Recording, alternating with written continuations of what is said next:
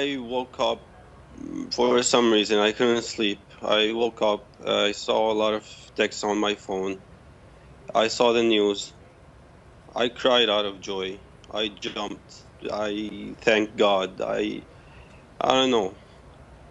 I was overwhelmed. We've been asking for protection. We've been asking for consequences for more than 6 years. And today, for the first time, it happened. For the very first time, we see Assad held accountable just for once, held accountable for his crimes against humanity. I was overwhelmed.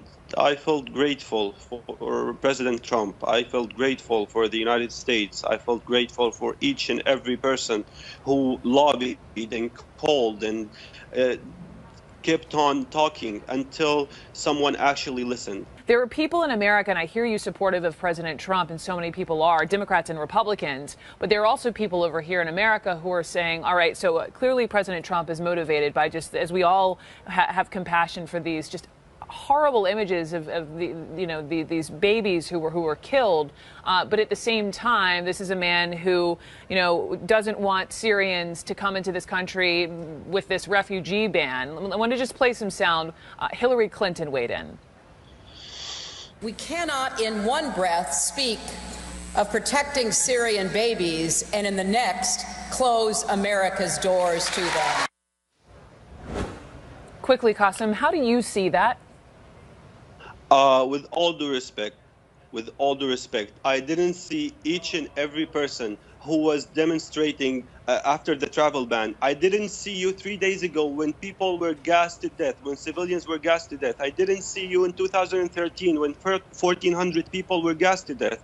I didn't see you raising your voice against President Obama's inaction in Syria that let us refugees, that made us refugees get kicked out of Syria.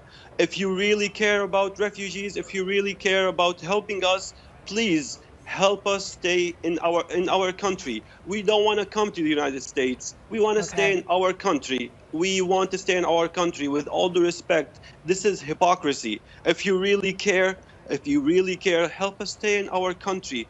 We don't want to become refugees. We want to stay in our country. Help us establish safe zones. Help us stay safe in our country. And if you just give me a few seconds just to tell President Trump once again, please, sir, what you did was amazing. What you did was a powerful message of hope for a lot of people inside and outside of Syria. Please don't stop on this. Please help Syrians stay in their country. Please establish safe zones. Please take out Assad air forces so they won't be able to commit more atrocities using traditional weapons. 500,000 people were killed with traditional weapons, just so people can know what we have suffered in the past 6 years.